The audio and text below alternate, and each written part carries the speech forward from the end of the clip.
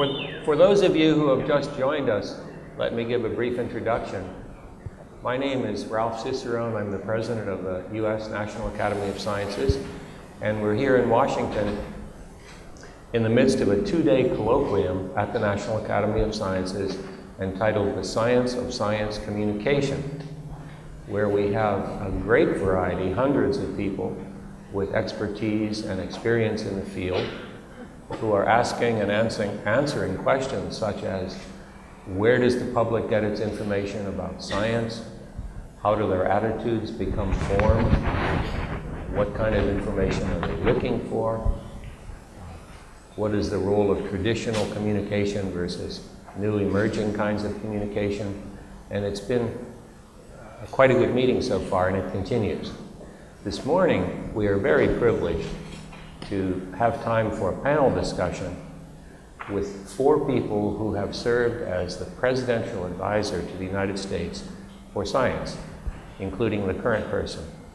And we're going to have a discussion with them that's going to be fairly free-ranging, and we hope that we can get them to tell lots of stories, which will, I think, enlighten us and guide us as we think more or less abstractly about communication with the public.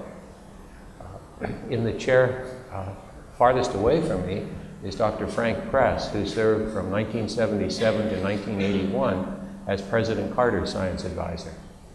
To Frank Press's right is Dr. Jack Gibbons, who served from 1993 to 1998 as President Clinton's science advisor. To Jack's right is Neal Wayne, who served from 1998 to 2001 as President Clinton's science advisor in the second term. And to my immediate left is Dr. John Holdren, who has served with President Obama actually since late 2008, even before the administration began, as President Obama's science advisor. I must say that we would have enjoyed having Jack Marburger with us, who served as George W. Bush's science advisor, but Jack died about 2 years ago. And Alan Bromley, who was one of our colleagues, in fact, a colleague here at the National Academy of Sciences who spent a lot of time with us, served as George H.W. Bush's science advisor. Alan is also deceased. But we're very pleased and honored to have these four gentlemen with us today. Let me just say a word about their positions, and then we'll turn it over to them. As the President's Science and Technology Advisor, the job also includes heading the White House Office of Science and Technology Policy, and the mission of that office is threefold. First, to provide the President and his senior staff with accurate, relevant, and timely scientific and technical advice on all matters of consequence. That's rather sweeping. Second, to ensure that the policies of the executive branch are informed by sound science. And third, to ensure that the scientific and technical work of the executive branch of the United States government is properly coordinated so as to provide the greatest benefit to society.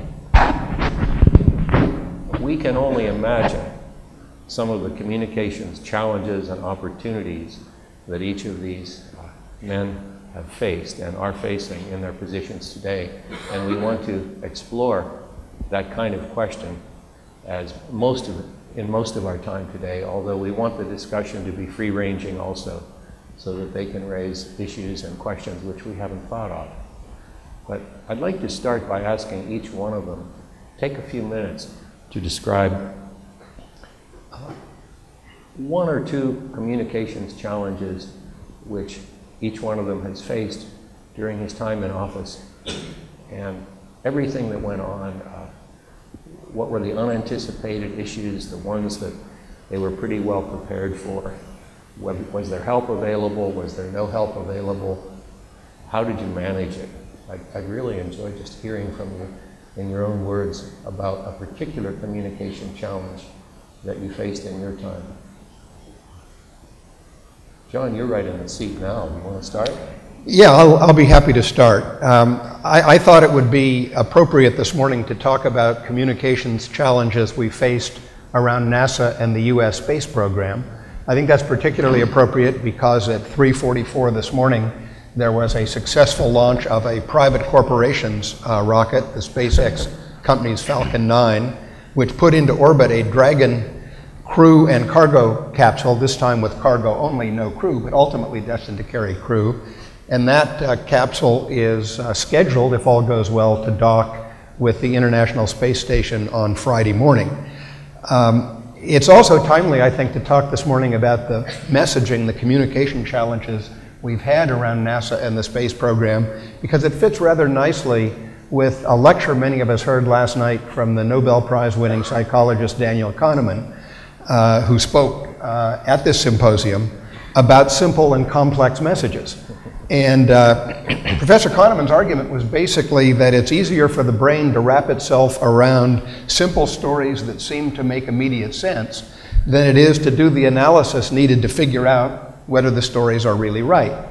And I think this applies with great force to our experience in restructuring and rebalancing the space program in the Obama administration and the messaging around that. What happened was, when we came into office, it was plain that the space program was in serious difficulty. A huge amount of NASA's resources were being poured into the construction of 2 very large rockets and a crew capsule designed to carry US astronauts initially back to the moon, but 50 years later than we went the first time, and ultimately to carry them to Mars. And this project, as structured, was so expensive, it was sucking the oxygen out of the robotic space program, out of space telescopes, out of Earth observation, out of aeronautics, all the other important things that NASA needs to do. So after many months of very serious analysis and reflection, which was going on at NASA, in the White House, and by a blue ribbon panel, which was actually chaired by the country's most distinguished aerospace engineer, we came to the conclusion in early 2010 to shape a new plan. And it's very interesting to compare what we said about that plan and what the messaging challenges proved to be. What we said about the plan is that we need to have a balance among NASA's many different responsibilities. We can't allow human spaceflight to continue to drain the resources out of everything else. We concluded that we need to stop spending so much money on old technologies and start spending more money on advanced technologies which could carry us farther, faster, safer, and cheaper than the existing technologies. We said, in fact, we wanted to put the science back into rocket science. That was an attempt at a simple message. And we said that we want to encourage the emergence of a private sector space industry, which would ultimately be able to take over the relatively straightforward task of carrying crew and cargo into low Earth orbit and rendezvousing with the International Space Station, so that NASA could focus its unique resources on the even greater challenges of human missions into deep space. So what did the critics say? The critics had some very simple and effective messages. They said, number one, you're canceling the shuttle program. The shuttle has been great. You're throwing away a unique capability, and there's no reason to do that. Number two, they said, you're canceling the scheduled return to the moon in 2020. That means you got no vision, you got no destination, you got no leadership, and we're turning leadership in space over to the Chinese and the Russians. The next person to set foot on the moon is likely to be Chinese, and how will you feel about that? And the third message that came back is, it's irresponsible to turn the transport of astronauts to the space station over to the private sector. They'll never manage it. They can't do it safely. If they do, they'll be years behind schedule and gazillions over budget. Now, all of those questions had been analyzed in great detail, and there were fabulous answers to all of them, but the answers were basically too complicated. And in many respects, we haven't won that communications battle about NASA. But this morning's events and 2 previous successful launches by this private company of the Falcon 9 rocket, and the second one successfully orbited the Earth with the capsule and recovered it very close to the target point, is doing for us what complicated messaging could not. It's demonstrating that the private sector is up to this task, and it may help to remind people that every rocket and space capsule we've ever launched has actually been built by the private sector. What's different is the management model in this particular case, and the acquisition model. But it's an interesting, really an interesting object lesson about how difficult it is to communicate when the messages require a lot of reference to analysis, a lot of reference to detail, and the counter messages are very, very simple. Losing leadership, no vision, giving up a proven technology for unproven ones. It's a challenge. That's a great example. Would any of the others of you like to talk maybe in depth about such an experience where it either went well or you found the communication challenges were just bizarre? Frank? My worst communication problem was with the American scientific community. Let me tell you why. When President Carter came into office, he saw that there were so many... Can you hear? My microphone. I think it's on, Frank. You just need to talk louder. Talk louder? Is this better? You can adjust it. I think you may need to turn that on. There we go. How's that? Okay? Well, as I was saying, my problem was communicating with the American scientific community because what President Carter noticed, that there were so many advisory committees reporting to the White House that there was no way of controlling, understanding what was happening. And so he did not establish a President's Science Advisory Committee by choice. But he said, Frank, whenever you have an issue that needs the best scientific advice, I want you to convene all of the best people in the country to come to Washington and act as a committee on that particular issue. And so that was my Science Advisory Committee. I had many of them, but each on a special issue. Nevertheless, I had a great difficulty in explaining this to the American scientific community who were used to having a PCAST or PSAC and so on in the White House. Interesting. Mm-hmm. Did they remember that you were one of them, Frank? Oh, yes. Critics? Yes. Yes. You left us. Jack, anything to add to that? It's a little bit of deja vu all over again.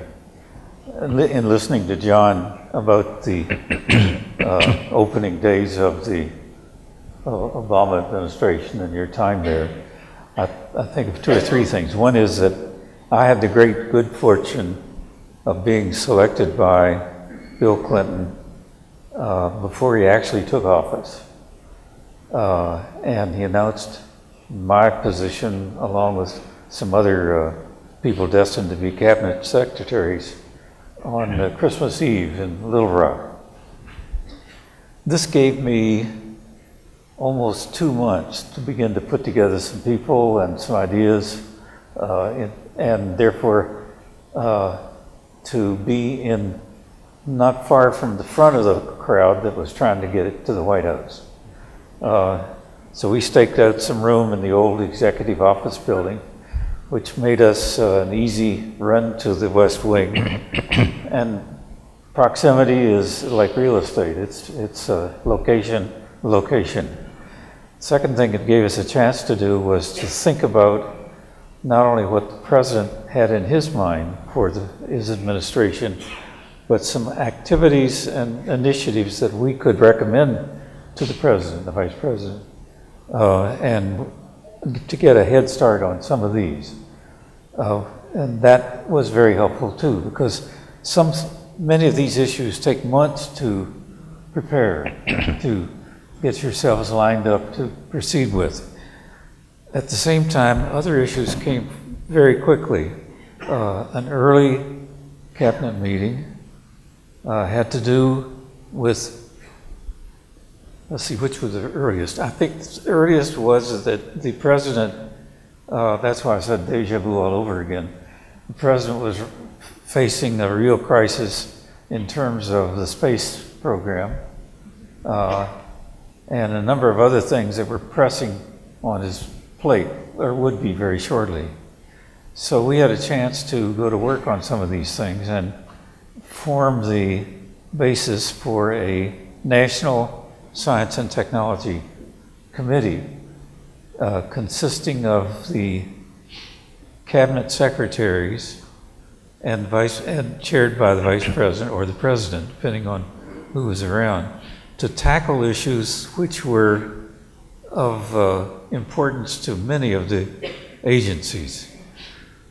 We had already understood that there were a lot of duplicative activities in the federal government which could give rise, if it were done carefully, it could give rise to a savings of resources, and therefore we would have an opportunity to do other things. One of the first had to do with, let's see, what was the first one? You know, when you've been out of office, Frank, you understand. Reminders. Yeah, I have a thicker pad, but it doesn't hold much of the same. We had to be concerned about what to do about nuclear weapons testing, and we had to be concerned about the space program and the race to the moon. President Clinton organized over a 3-hour period a joint briefing from me on both these issues, and that took a lot of work, but as it turned out, we were able to bring up the issue of not continuing weapons testing, but actually to de facto cease our nuclear weapons explosive testings, and at the same time to talk about how we could use the resources of the President's office to begin to combine some of the independent efforts in agencies, which could, again, if combined, could provide for a lot of savings, which in turn, again, could provide for future activities. Mind you, we came in, and I think every administration starts this way, with the thought that we just have to cut the budget. We have to cut our expenses. And our motto was, we're not trying to cut government, we're trying to make government work better. And so in the case of the space program, we formed this S&T Council, and up to the time of the beginning of the Clinton administration, not a single piece of hardware for going toward the moon had actually been created. We've been talking about it for many years and it's spending a lot of money, but we hadn't actually gotten hardware put together on the ground and started that march toward the moon. And so I think this combined effort of the executive agencies was very helpful in getting that program on the move. We also raised the almost heretical idea that the Department of Defense and the civilian agencies, certain of them, should combine their capabilities and operate joint or mutually supported programs. This began, of all things, I believe, with the weather satellites. Turned out we had weather satellites for DoD, we had weather satellites for civilian agencies, and we were able to put these efforts together, and they remained that way. And this happened time and time again, in which duplicated activities were merged by virtue of the power of the President's office. It's amazing when you get agencies together in the White House, rather than maybe out at one of the agency headquarters, you can get a lot of work done. Just amazing. In the case of NASA, the problem we had was soon, I think, brought to bear properly, and that moved ahead. In the case of the nuclear weapons testing, we were able to face up, and this was Hazel O'Leary over at the Department of Energy, myself and others, to persuade the President that an indefinite cessation of nuclear explosives testing was it was time for this to happen. There were a lot of objections because people felt that this would enrage the ultra-conservative members of Congress who wanted to continue to expand our weapons arsenal. But we decided to do it anyhow. And it came about by having done, again, if they put our office together as in the earliest days of the administration. This gave us several months to work up our case about the real imperative or not for resuming weapons testing. And so by the time we got to the cabinet meeting in which this was brought to the president, the arguments for a continuation of weapons testing, of the nuclear testing of weapons, was pretty well neutralized by the facts of the matter in terms of the durability and effectiveness of the weapons arsenal that we had. And we had proposed, therefore, to create a stockpile stewardship program which would ensure the viability and continued up-to-dateness of the weapons we already had. We did put this in place when Colin Powell, who was then chairman of the Joint Chiefs, spoke up and said, look, at defense, we really depend on a warranty that the Department of Energy puts on our weapons inventory. And so he handed the ball over to Hazel O'Leary, who was supportive of the idea that a stewardship program might work very well. So it didn't take long before there was a mutual agreement that this was probably the way to go. And I was pleased that that happened in the earliest days of the administration. So these things come together as the teams begin to work together.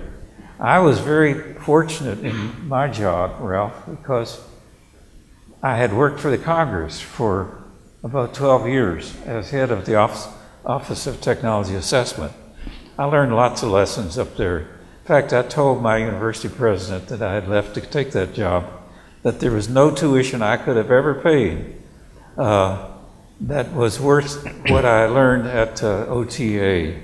And that, in turn, stood me well when I came downtown again to become the President's Science Advisor.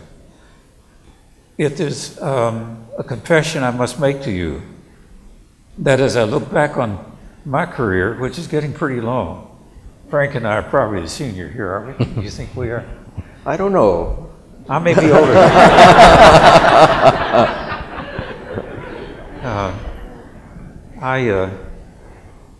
I think many of us have been very fortunate in our career path. I never planned to do what I did. It just happened. Someone said that a fellow was bragging about how he had planned out his life. This is what I'm going to do, and then I'm going to do that and do that. And then in the background came this laughter. And someone said, who is that? And he said, well, that's God laughing at you. We have to follow not only our star, but also the opportunities that put themselves before us.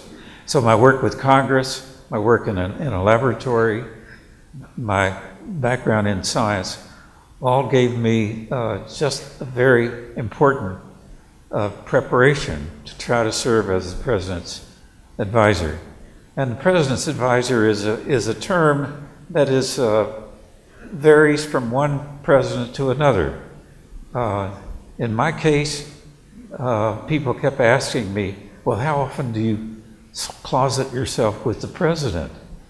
And I said, not very often, because my feeling is that if I have to closet myself with him, then I haven't done something right. So we had frequent personal interactions, but I didn't depend on that as my mechanism for being his voice and mine in terms of technology. Another thing was that I was very fortunate compared to some of the other presidents we've had in that President Clinton and Vice President Gore both told me specifically that not to worry about what I sent to them in writing or briefings, because they said we're both science nuts. Not nuts, but we are Buffs. Buffs. We are buffs. And they were both, I think you shouldn't be surprised, they both absorb things very rapidly and pretty accurately at the same time.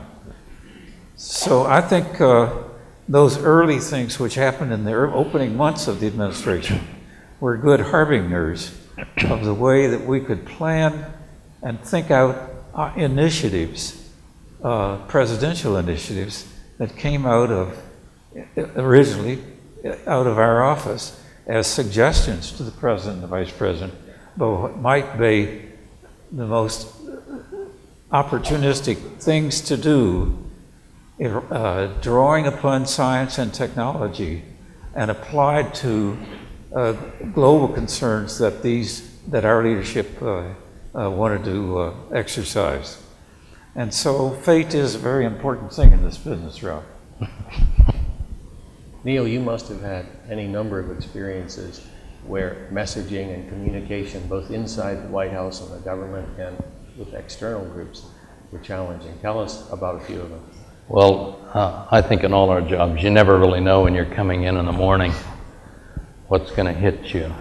Sometimes you hear it on the radio on the way in, and other times it gets to you when you're met at the door walking in.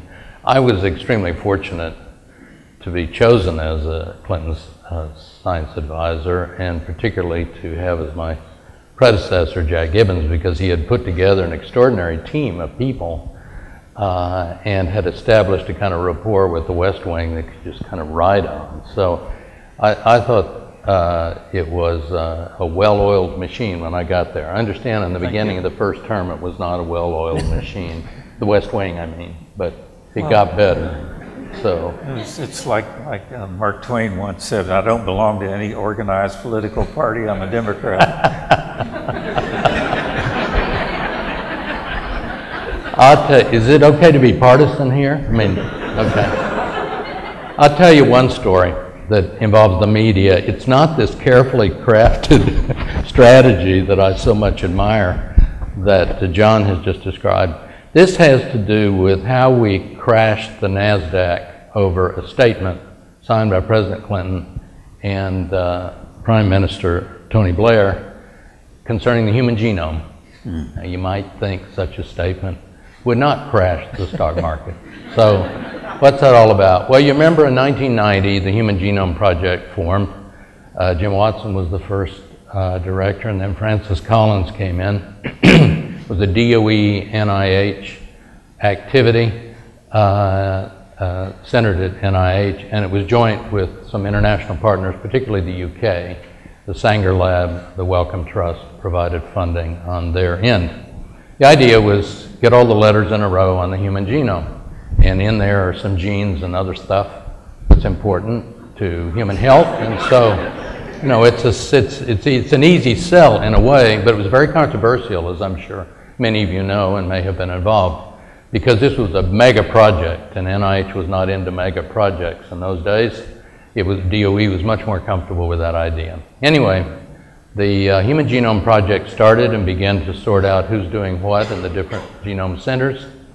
And a scientist who worked early on the project was a guy named Craig Venter, brilliant, controversial man. But he left the Human Genome Project and went off on his own to do science. And then fast forward to 1998, when Craig Venter emerges on the front page of various newspapers, announcing the formation of a new company called Celera Genomics. And Craig's message was pretty much, with new technology and new methodology, we're going to sequence the human genome faster, cheaper, better. The federal government is wasting your money, $3 billion, real money, and wasting time, because this is precious time. Human lives depend on it, and so forth. Well, that was a newsy kind of and provocative statement, and there ensued a race. The media decided the way to portray this to the public and get readership is this is a race who's going to sequence the human genome fastest? The government with its approach, or this entrepreneur, Craig Venter, with his. So there were a lot of things said in the press. Some of them were not kind to one another, and in particular, many of the scientists began to worry that what Celera Genomics planned to do was lock up the whole, not only sequence the human genome, but lock up all the intellectual property and essentially own the better part of what would be available for future application. So fast forward to 2000. In March 14th of 2000, having crafted a very carefully worded statement to reaffirm the position of the United States and the UK in the Human Genome Project, namely that the raw sequence information of the human genome should be open to anyone who wants it, that it should be not patentable, but that gene-related inventions would still be subject to intellectual property protection. Statement was fine. Was carefully worked out. It was not easy, lots of disagreements, but finally vetted by everybody in government and in the UK as well. So President signs it, Prime Minister signs it. There's a press conference, or probably a normal press event. Somehow the President's press secretary gave the impression that genes would no longer be patentable through something he said. And first I heard about that is Francis Collins and I were called down to the press conference to answer questions, but nobody told me, or I didn't hear, that the market had crashed. Because as soon as that news got out that genes may not be patentable, the biotech market lost 14%. Celera lost a couple of $1 billion. Whole market eventually lost $44 billion. NASDAQ had its second largest crash in history, and I briefed the president after this. Mr. President, by the way, one other thing I don't think I said. The president was very reflective on it, decided, no, we're going forward, we got it out there. And the president later, in a speech they gave someplace, said, well, it looks like Tony Blair and I crashed the stock market. We didn't mean to. And I got some calls from people who'd lost billions of dollars. And, what can you say? Well, I'm really sorry. What else to say? Anyway, more bad mouthing in the press, back and forth, and President sent me a note, said, Neal, you got to fix this. Well, yes, Mr. President. And that's the answer to such a request. Didn't know how to fix it. We had a hearing coming up in April 6th, I think. We had a hearing, House committee. Craig was testifying for the Celera, and I was testifying for the government. I think the White House was afraid that if Francis was at the table with Craig, they would strangle one another in front of the TV cameras. So for whatever reason, I testified. And then going into May, the way we fixed it, as I went to the President, I said, Mr. President, I think what we can do here is we can get Craig and Francis to agree to celebrate together the first draft, release of the first draft of the human genome. You could release it any day you want. I mean, 90% of the genome. So we could do an event in the East Room, and you could say nice things about both of them. They could say nice things about each other and you could shake hands and everybody be really happy. He was okay with that idea, but the hero in this whole story is a guy named Ari Petrinos, who ran the life science program at DOE. He was in very early on the whole human genome project, a driver from the beginning. He knew both Francis and Craig personally, and he was able to get them together at kind of the lowest point in their relationship for pizza and beer in his basement and start to talk about what is it we might be able to do together. And ultimately, Ari was able to convince them, A, let's do this event with the President, and B, let's jointly publish the papers, one in Nature and one in Science. There are lots of long story with how that all evolved, but that happened. So we did have the event. The event was held in June 26th, East Room in the White House. Wonderful event. Everybody did shake hands and smiled and was happy, and peace broke out, if you like. In July, the July 3rd, I think, edition of Time magazine had on the cover Craig Venter, Francis Collins, and the story was "The Race is Over." I think that was the title of the story. But the story that didn't get published was that Time's original idea was Solera won, here's a picture of Craig Venter. And it took some discussions with some of our White House staff in my office with Time magazine pointing out that, wait a minute, the president has declared a tie and you, Time magazine, are going to say something quite different. In any case, the story then came out much more balanced. And so I would not say this was a well-oiled strategy from the beginning on how to deal with the media, but nonetheless, I think in the end it was a good story. Good outcome, too. Good outcome, I think. It leads me to imagine that each one of you has been present at times of a really perceived crisis. We have earthquakes, we have severe storms, we've had nuclear accidents, 3 Mile Island in this country when Frank was in office, and Fukushima in Japan during John's time. So all of a sudden, people are concerned, they're worried, they don't know what to believe, no one's sure what information is available, and yet you have all this responsibility not only to help to communicate with the public, but also to marshal the resources of the federal government, the remote sensing capabilities, the people on the ground. So how do those episodes go, and are there any other crises that maybe we haven't heard about? But certainly those nuclear accidents must have risen to the fore, and Jack said he was given the luxury of preparing for his office for a while, but I doubt that you had any time to prepare for Fukushima or Frank or 3 Mile Island when it happened. You know, there were surprises.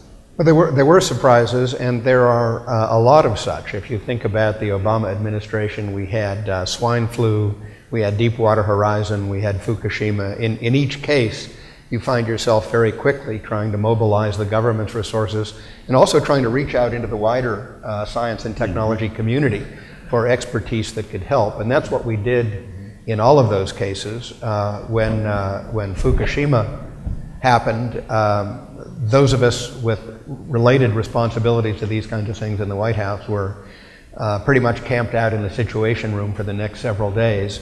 Every time you thought you were going to go home and go to bed, you'd get a phone call on your White House BlackBerry saying you need to either get on a conference call with the Japanese ambassador, and of course, when it's the middle of the day in Japan, it's the middle of the night here. But I think under those kinds of circumstances, it does tend to bring out the best in people. People make the efforts that they need to make. Folks stay up all night when they have to.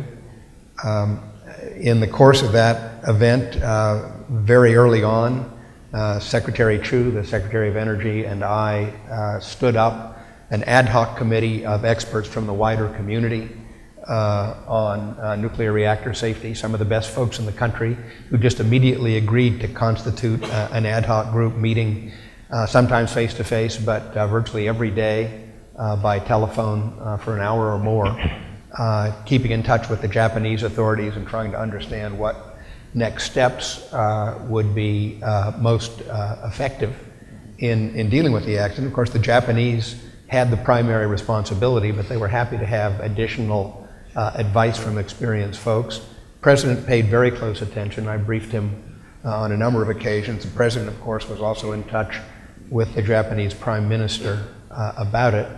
It was the sort of situation that you never expect, a 9.0 earthquake combined with a 15-meter tsunami, which produced the unprecedented carnage at the Fukushima Daiichi plant.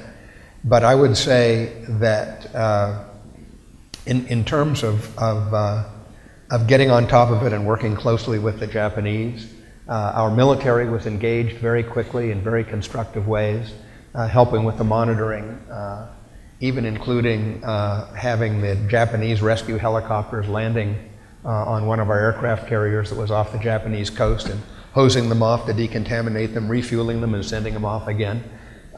Really extraordinary levels of cooperation.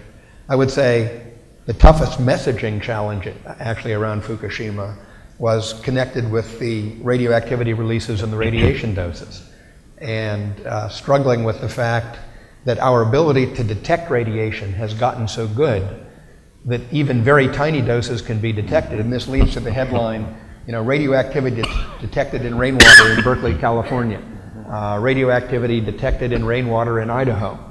And of course it was detected, but it was detected at levels far, far below the level of public health concern. And explaining that and helping the public with the question of compared to what, which is always the key question in environmental assessment. What is the reference point against which this has to be measured?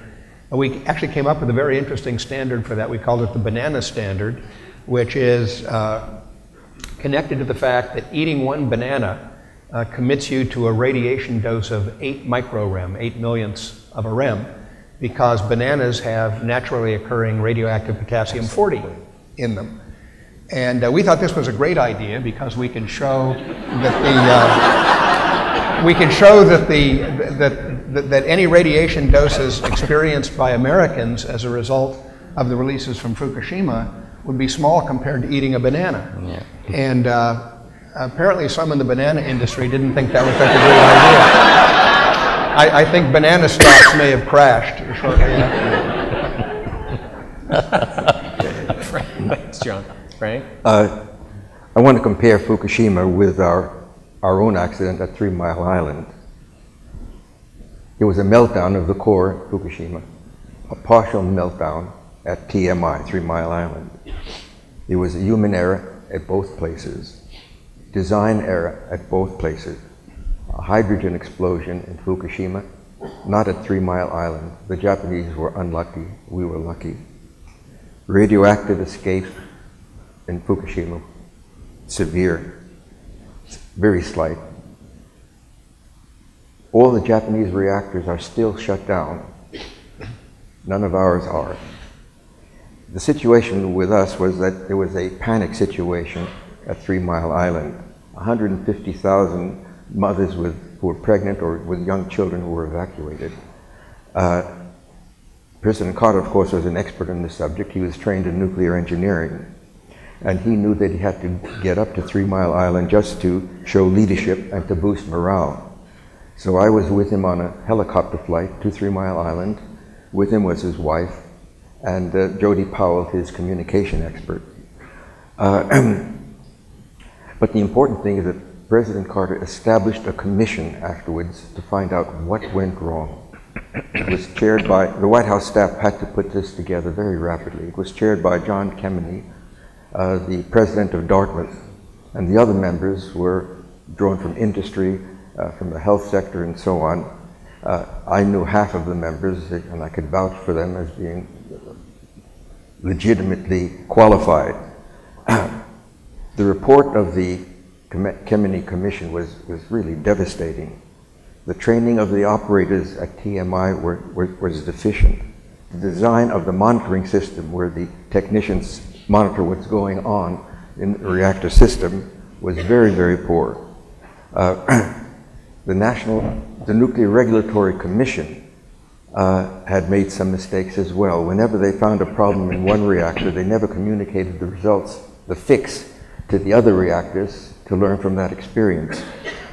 I was the main contact point for the Kemeny Commission in the White House, and was involved with translating the recommendations of that commission into regulations. And these established new policies for the Nuclear Regulatory Commission as well. So the major health effect in this country was mental health, the mental health of the people up there around TMI. And, but the Japanese, of course, had major health problems that will be with them for many years to come. Thank you, Frank. I'm struck by the high-level communication that each one of you has been involved in. This conference is largely, where you're sitting, is largely about public attitudes, the general public, communicating mass media, determining social attitudes in kind of a statistical way. But each one of you has had more personal level communications with decision makers, the president himself, the White House staff, congressional leaders, cabinet secretaries, and in turn they've asked you to work with other decision makers. So it must be that much of your communication work has been based on personal relationships, or indeed you had to meet someone for the first time, say a foreign leader or a newly elected woman or man in Congress, and yet you had to establish a quick personal relationship. How much do these personal relationships matter, your ability to strike up a personal relationship and gain credibility in that person's eyes quickly? Tell us a couple of stories, if you will, about maybe some surprises. Frank, you're smiling. You must have something all in right. mind. Well, I had a severe test in communications. President Carter was unprecedented in this way. He sent me to have face-to-face communications with the heads of foreign countries. That includes Deng Xiaoping in China, Margaret Thatcher in England, and Prime Minister Fukuda in Japan, each on a separate issue, by myself, and so on. And I wasn't experienced in foreign affairs, diplomacy, and that sort of thing. And so it was quite an experience. But I want to get back to this later because I want to tell you a complete story of what happened when I went to China. That was the most important thing, actually, I did in my term in the White House. So whenever you're ready for that, I'd like to come back to that. Good, good. Or I can do it now. Neal, John? Well, I was just going to comment that I only had a chance to meet heads of state in reception lines, so I didn't quite have that experience. But there is an organization called the Carnegie Group, I think still exists, was set up by Ellen Bromley with help of Bill Golden, to bring together minister-level science and technology advisors, or advisors to the president. So in the UK, it would be the Parliamentary Secretary for Science as well as the Science Advisor, and in the US it would be the President's Science Advisor. And it ranges from G8 to G10. It would meet, I think, used to meet a couple times a year.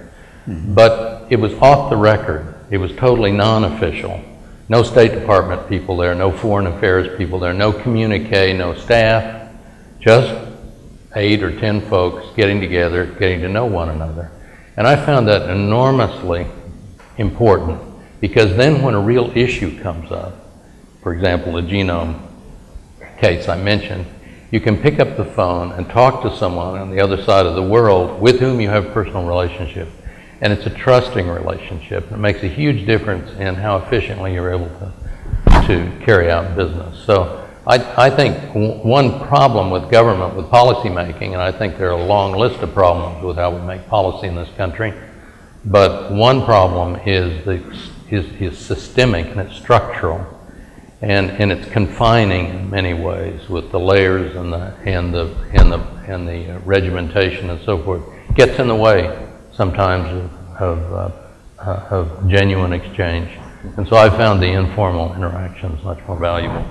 Yeah, let me add one comment on that. In the Obama administration, it's been very easy to have good personal relationships with folks inside the administration, in the executive branch. That's been particularly true in the science and technology domain because President Obama appointed so many senior people who already knew each other from many previous interactions to the top positions.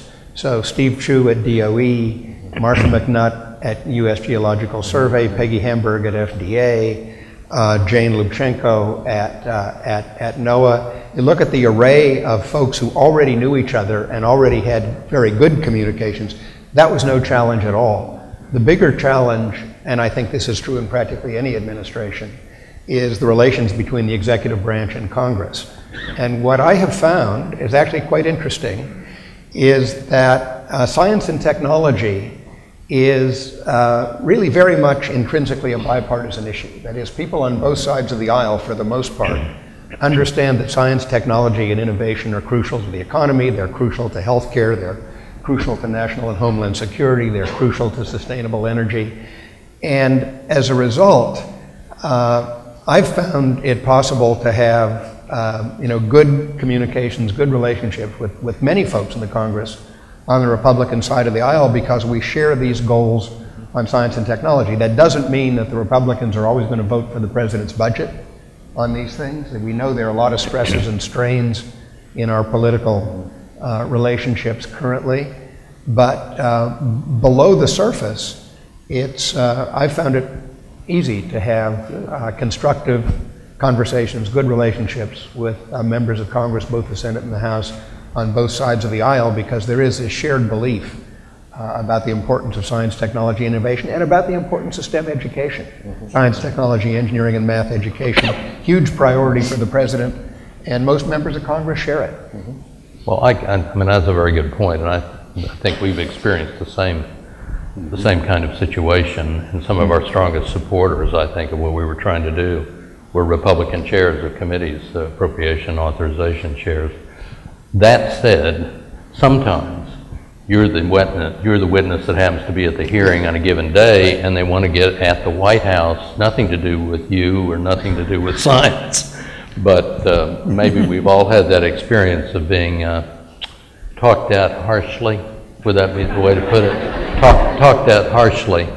And of course you're polite and you move on, and they know you are not there to receive that information. They're sending a message to the media, the public, to the White House, and so that's just part of the job.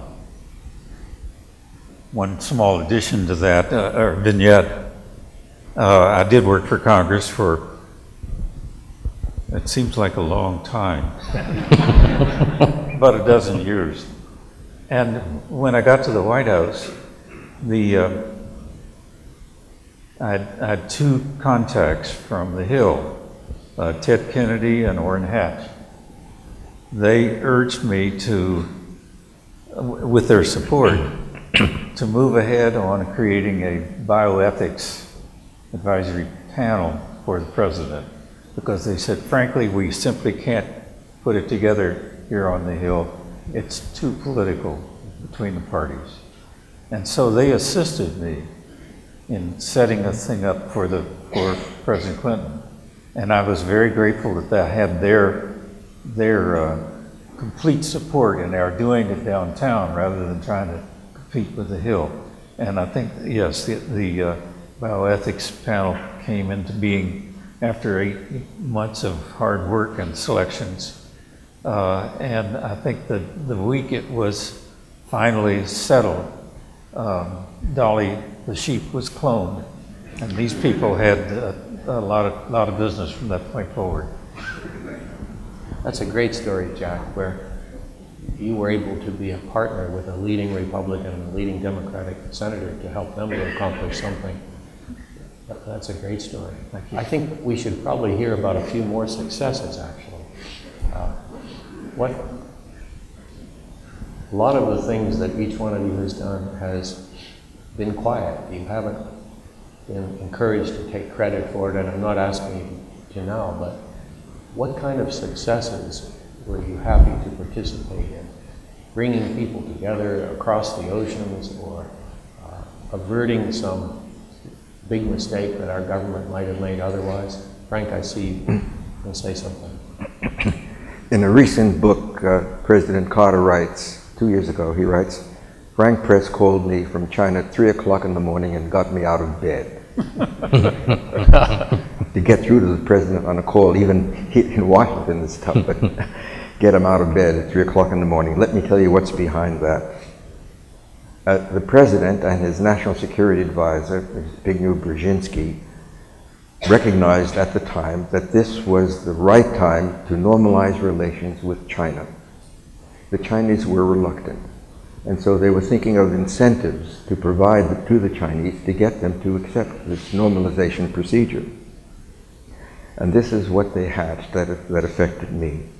They said, Frank, we want you to take a White House plane and take the chief scientist of every federal department and agency with you to China. Each of you would have something to offer the Chinese. And so there we were, we arrived, and when Deng Xiaoping saw that this was a White House plane and he saw the manifest of who was coming, he ordered a state dinner that very night, invited the whole plane, the pilots and everybody, and he took over the negotiations. So, here's what we proposed. the director of the National Science Foundation proposed to take 500 students. That was Dick Atkinson, 500 students from China, bring them to this country. The Undersecretary in Commerce, Jordan Baruch, proposed to start a management school with American professors in Dalian in China. And that really attracted attention.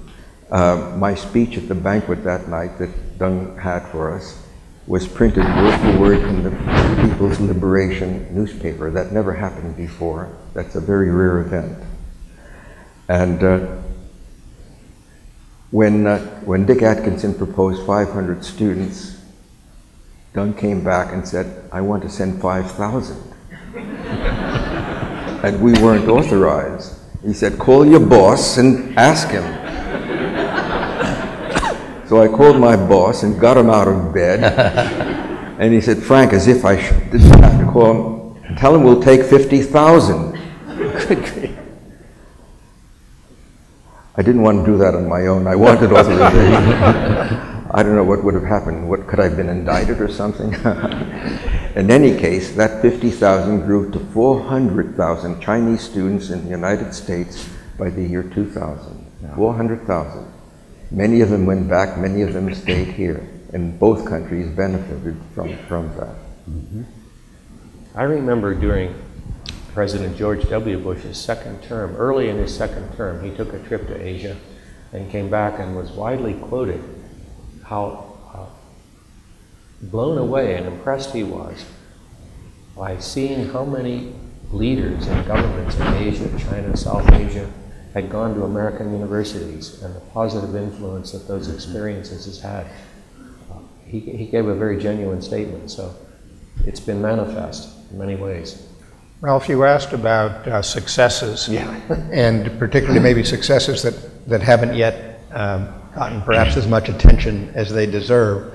I would mention public-private, including academic partnerships, in the domains of science, technology, and innovation, and in the domain of STEM education as one of this administration's big achievements.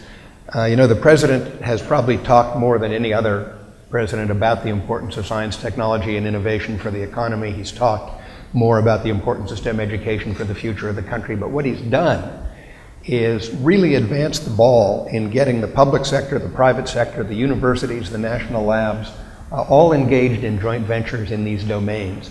The Educate to Innovate initiative, which the president rolled out in November of 2009, has now gotten $750 million, $750 million in private and philanthropic support, including in-kind services of practicing engineers and scientists and mathematicians from companies and national labs, going into middle school and high school classrooms, working with the teachers to improve the science and the hands-on technology experiences that really get students excited about science. We've got 100 CEOs participating in Change the Equation, which is another initiative to improve K-12 education. The Advanced Manufacturing Partnership with the CEOs of 12 high-tech companies and 6 major research universities, really moving the ball forward on bringing advanced manufacturing into play to help revive manufacturing in this country. This whole theme of partnerships is working. The private sector, the public sector, the academic sector, they all get it. They understand the symbiosis. The energy innovation hubs that Secretary Chu has spun up in 6 different major areas of energy technology innovation, linking national labs, universities, and companies, shortening the time path from discovery in the laboratory to application in the marketplace. I think these partnerships are going to end up being looked back upon as one of the major contributions of this administration. Let me mention an example of one of Clinton's initiatives, the National Nanotechnology Initiative, which he was very excited about and which he included in his fiscal year 2001 budget.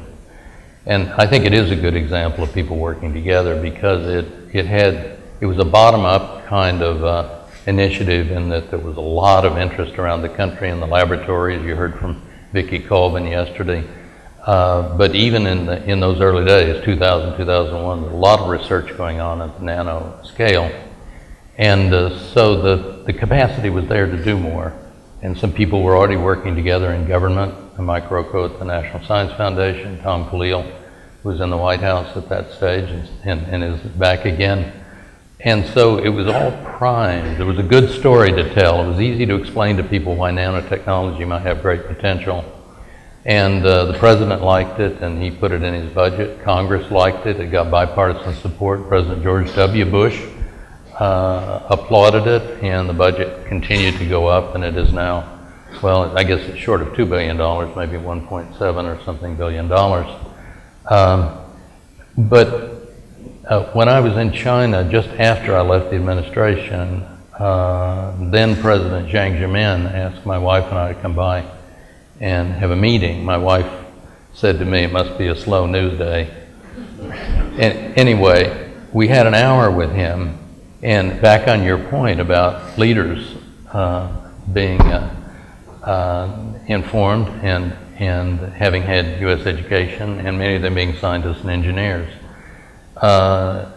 President Zemin, he was an example of someone who could actually talk about technical issues, and in that conversation he told me that he and Clinton had been talking about nanotechnology at the previous summit, and I thought that probably is an unusual kind of event for a summit event. So, but I think the National Nanotechnology Initiative is a good example of a presidential initiative that kind of drew support from all sides, and as far as I could go, got quite positive coverage by the media. And now the questions are being asked, how far have we gotten, what's happened, and so it's time to evaluate and look at the impact that's happened. But it was a positive story. It is still going strong, and we have evaluated it. Okay. Twice in this administration. Do you like it? And we like it. Thank you.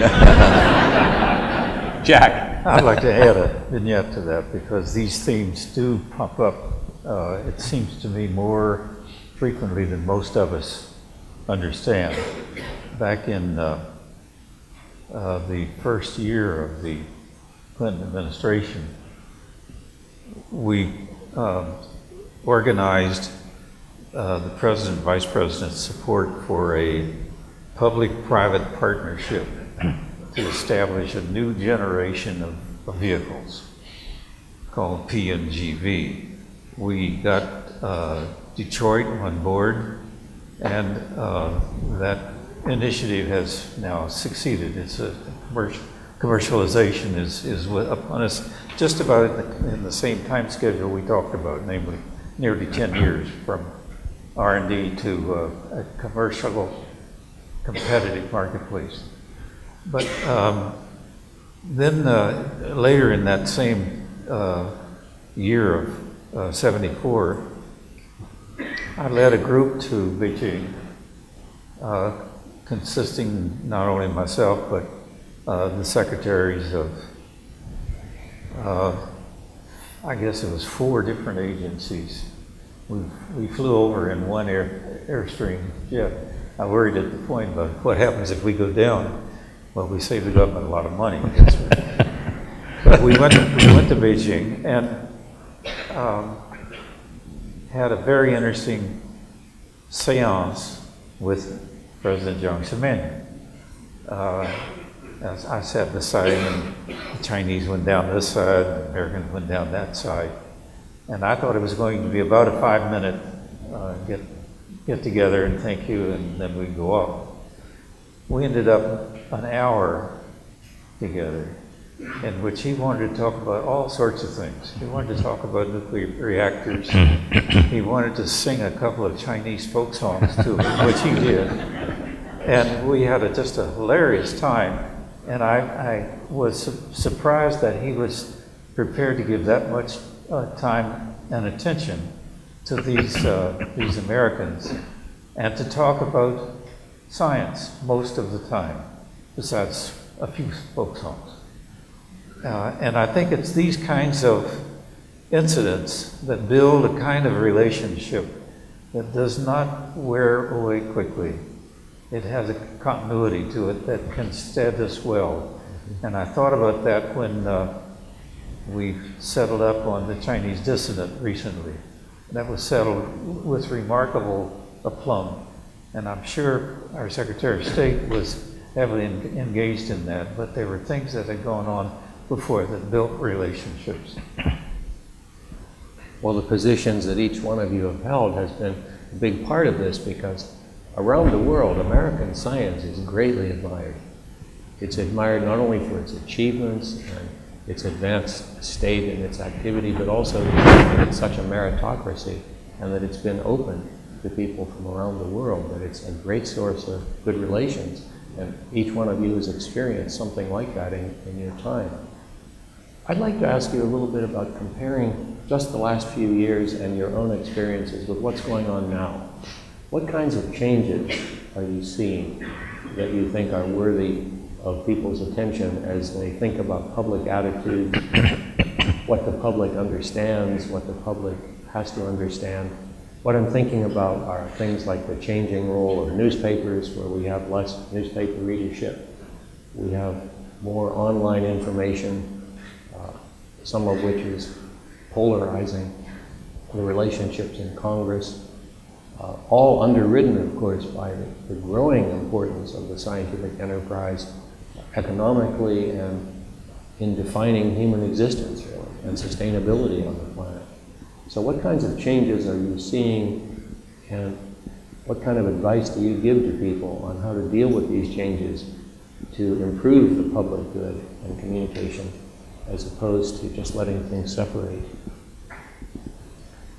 Well, I would come back to some of the points that Daniel Kahneman made in his talk last night, because they relate to something that I give as an answer when I meet with the scientific professional societies and they say, what more can we do to help with messaging? And I say, you have to get better at telling stories that relate what's happening in science and technology and what needs to happen to people's lives on the ground, where they live, because those stories are much more effective than generalities. You know, I can say, well, more than 50% of American economic growth for the last 50 years has come from science, technology, and innovation, and people's eyes glaze over.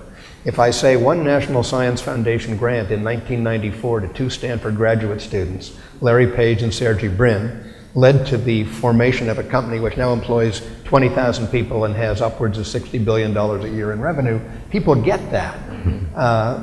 We need to get better, all of us, I think, who talk about science and technology and the science enterprise and its value to society. We need to get better at telling stories that are both simple and correct. I totally agree with that. And another dimension that was talked about in this morning's panel, and I guess earlier in the meeting, was the media is shifting rapidly. I mean, so especially the response of young people to the internet and social networking and so on. I'm not sure, certainly, and I would not claim to know where I think that is going, and I don't talk to very many people who know what to think is going to happen in the next 10 years, but it's changing the dynamics enormously because the numbers are large, the curves are steep, and finding out how to use that mechanism best is clearly an important research area in which some of you are involved. The thing that worries me about it is it's very polemical, so people are part of the polarization situation. As I go to the blog that I know of my friends are there, and I agree with them on the right or the left, and it simply reinforces my feeling. People can do that, and they do that in television also, we saw this morning, and even in the print media, but it's fast on the blog, and it's ugly.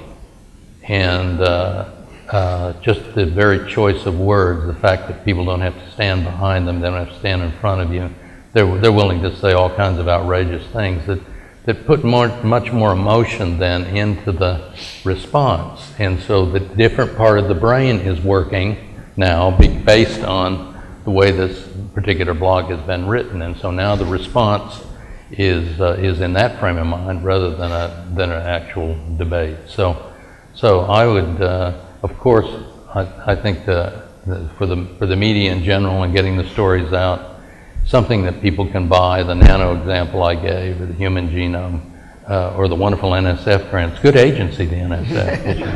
Okay. Which Neal headed, in case you... No, I was just there. Anyway, so the story is really important, but figuring out how to use this new technology, not new, but still rapidly growing technology, and evolving and making people billions of dollars seems to me a very important matter for emphasis on the part of research, but also all of us who are involved in communication. There's one other aspect. The pace of scientific discovery today is more rapid than ever before, and it's growing, and that's due to the internet. If you pick up a paper published in Science or Nature in another journal, you'll find 3 or 4 authors. Those co-authors are not in the same institution as each other. They're spread all over. And so you can have partnerships because of the internet. You can do an experiment in somebody else's laboratory controlled by an internet connection. And so the consequences of that in terms of new discoveries in science and the effects of those in terms of economic effects, health effects, and whatever is really quite miraculous. I think, is this mic on? Can you find my microphone? Yeah, you're there. I am? Oh, thank you. Okay. I'm concerned about the extent to which we now have an adversary system that is less than productive in our society. It may not be just in the US, but it is very disturbing to find people simply mad at each other and taking it out over the television or whatever. And I was reminded of a statement, but I think it was by George Bernard Shaw, who said, the theory of the adversary system is that if you have set 2 liars to exposing each other, eventually the truth will win out. And I think we do sadly miss the primacy of reason in our dialogues today. And the world is sufficiently complicated and troublesome and dangerous that we simply can't afford to do that much longer. I hope I'm not overemphasizing my concern about this adversarial process that seems to dominate our private as well as public lives. Can I add a comment that both of your comments reminded me of? Communicating to scientists is also very important, because we can't follow what's going on in the other fields. So, I applaud Nature magazine, Science magazine, other vehicles front end where they're trying to help the physicists understand what's going on in biology and vice versa. It's a value to the extent that we're encouraging scientists to get out more in the public. They're not just going to be talking about their particular research experiment that they're doing in the laboratory. They're going to be on the spot talking about all kinds of things, because when people talk to a scientist, they think you know stuff. I mean, so you really have to be, if you want to get out in that public arena, you really have to be armed. Otherwise, I think you're really not fulfilling your responsibility and communicating the sense of science. It's a process, not just facts and so forth, communicating to the public. But in order to do that, we also have to be informed. And so I really encourage the people who are trying very hard to communicate current scientific research to other scientists, because I think that will help then translate into the public eye. We're receiving a number of questions from internet and people in attendance, and one of them links with what Neal just said. It's from Heidi Hamill, who's at the Association of Universities for Research in Astronomy. Dr. Hamill says, how do science advisors get that kind of input about which issues are of importance to the public or emerging, or is everything just crisis-driven? Let me start with that, because we have a number of ways that we get it. One of the ways we stay in touch with the wider science and technology community is through PCAST, the President's Council of Advisors on Science and Technology. Currently, there are 21 members. I'm the only one who's a government employee. My co-chair, Eric Lander, directs the Broad Institute of Genomics at MIT and Harvard. The other 19 members are an amazing cross-section of folks with different expertises. We have the vice presidents of both the National Academy of Sciences and the National Academy of Engineering, both women. Barbara Schall and Maxine Savitz are on there. We have titans of industry, Eric Schmidt, Greg Mundy of Microsoft. We have folks who've run foundations. And each of those folks has a fabulous network. And people understand that they can get ideas and insights about what's important and what needs a look that's not getting a look through their acquaintances who are members of PCAST. But the other thing is, I read my own email, and I give people my email address very freely, often to the dismay of my staff. You know, the modern electronic communications have some merits in terms of keeping the community in touch. I get some amazing things over the transom in my email that we end up taking action on. And we have about 94 folks in OSTP who read their emails and who have wide networks and who reach out into the community to get ideas. I actually think we're doing pretty well on staying in touch with the community. Especially the case, I think, when you have to respond quickly. So sometimes, as I said earlier, you hear something when you're driving in the morning, and you know that it's going to be hot in the White House by the time you get there. And so having people who can, that network you commented on, that's really what I was getting at. Having people in your organization, in my case, they were people that Jack Gibbons had already put together, an extraordinary team. And they not only understood the different areas of science and engineering and technology, but they also understood how the agencies worked. And you have to have both. I mean, if you understand space science and astronomy and space travel, but you don't know how NASA functions, it doesn't work. So you have to have both.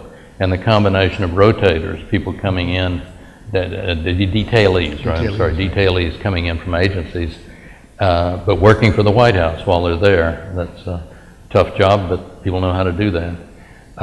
And people brought in sort of full time for several years, really absolutely key. That enables you to work together to build the strategies that John's talked about, but also to respond on the spur of the moment, so you can get the White House staff and the President the information he needs quickly.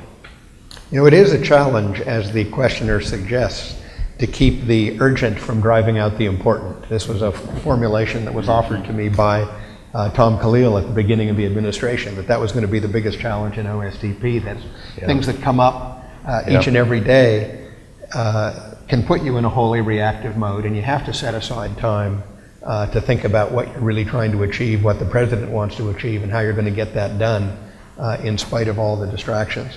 But as Neal points out, the very high caliber OSTP staff, including the large number of detailees who understand how the agencies work, are just crucial to getting that done. Another question that's come in is, I think, related, because I wouldn't call it a distraction, the situation that this man describes, but a very important occurrence. It's addressed to Dr. Holdren, and the question is from Rudy Baum at the American Chemical Society. He says, what role has OSTP played in the two papers that did research on mutating the H5N1 virus, and was there an associated communication strategy?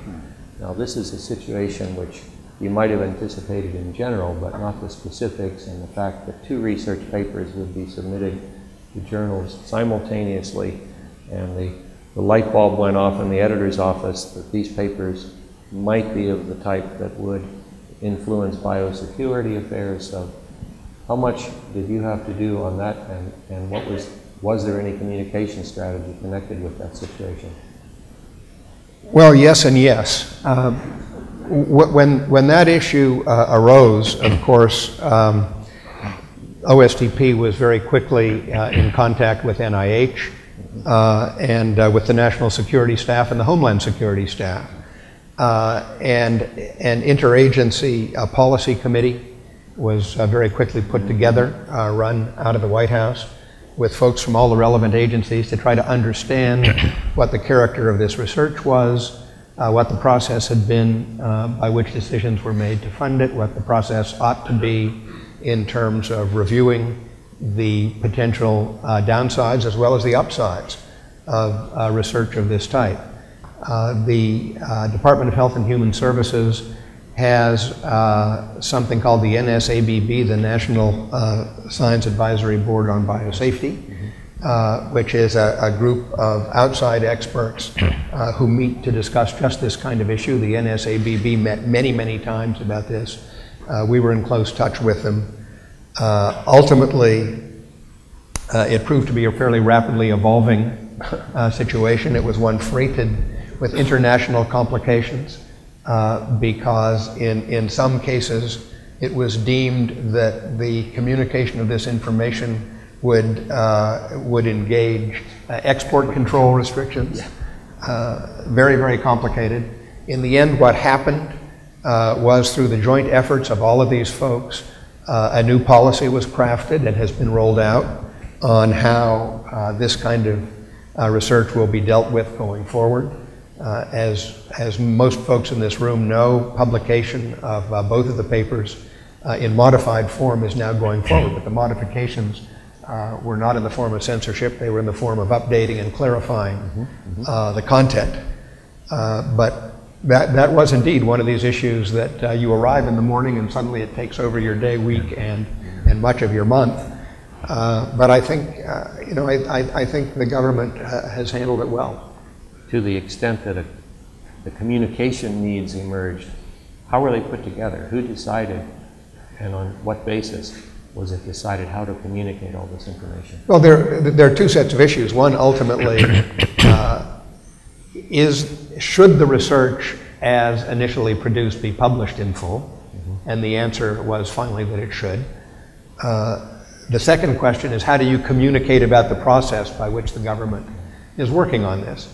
And that is a challenge. It's always a challenge because, notwithstanding the benefits of transparency, having considerations related to national security go on in the public eye is simply not realistic. But the way the communication strategy gets crafted to answer that, the folks who are involved in the substance are in touch every day with the communications offices and all the relevant agencies, and we agree on how to communicate what we're doing, why we're doing it, what we know, what we don't know. I mean, as people in this symposium have been discussing for over a day now, and we'll discuss further, it's absolutely essential in these situations to be clear not only about what you do know and how you know it, but about what you don't know, and about how you're proceeding to try to fill in the crucial gaps that are needed before you can arrive at a sensible conclusion. And we tried to be pretty clear about that all along in this effort. Thank you. We've been trying to draw on their experiences and their insights. Maybe we could ask each of these individuals if they'd be willing to throw some challenges back at the participants in this colloquium and people you work with. What can the experts in communication who are studying the social science, behavioral science of communication, who are dealing with marketing and political information, what can you ask them to do that might make the job of the science advisor easier, or better yet, to improve the whole country? Well, I think everybody realizes that the contact that OSTP makes with the media has to be within the context of the president's agenda and policies and so forth, and a good deal of coordination needs to take place. Usually when the general reporters are coming to the White House for news, they're generally not coming for science news. There are hotter stories that they're focused on. So inside the White House, the communication staff, the press office and so forth will be focused on those kind of issues. So I think if we can find, if maybe some of you know, but if you could research a strategy that could provide advice to us and our successors on how to package the science story that's consistent with the president's agenda in such a way that it amplifies the larger story, it connects with larger stories, it somehow gets the larger attention of the press, I guess is what I'm saying. So it shouldn't just be science and technology out there trying to make its way, because what you're really doing is supporting the larger president's agenda, and there are a lot of integrative features of that. but it makes the communication more complicated. So I think I at least could have used some advice along those lines when I was there. Jack? We're near the end, aren't we? Yes. Well, I want to remind you that it takes a degree of resilience in any political office, and the White House emphasizes, I'm not emphasizing, but it's very important to try to keep our cool. And I'm reminded of a story, a tale that I must repeat to you. It's from a guy named Charlie Chang, and I don't know who he is, but he once gave the following definition of resilience. It takes a very rainy day to drown a duck, so you need to have a duck-like quality in some of these jobs. I know how to duck. Let me give a final quote. I want to share one final quote with you. Upon this gifted age, in its dark hour, there rains from the sky a meteoric shower of facts. They lie unquestioned, uncombined. Wisdom enough to leach us of all our ill is daily spun, but there exists no loom to weave it into fabric. And that's part of the job, I guess, that we've been talking about this afternoon. It's the job of the president. Thank you. Thank you, Jack. Well, I think all of us owe a great debt of gratitude to these men for the jobs that they've done and are doing.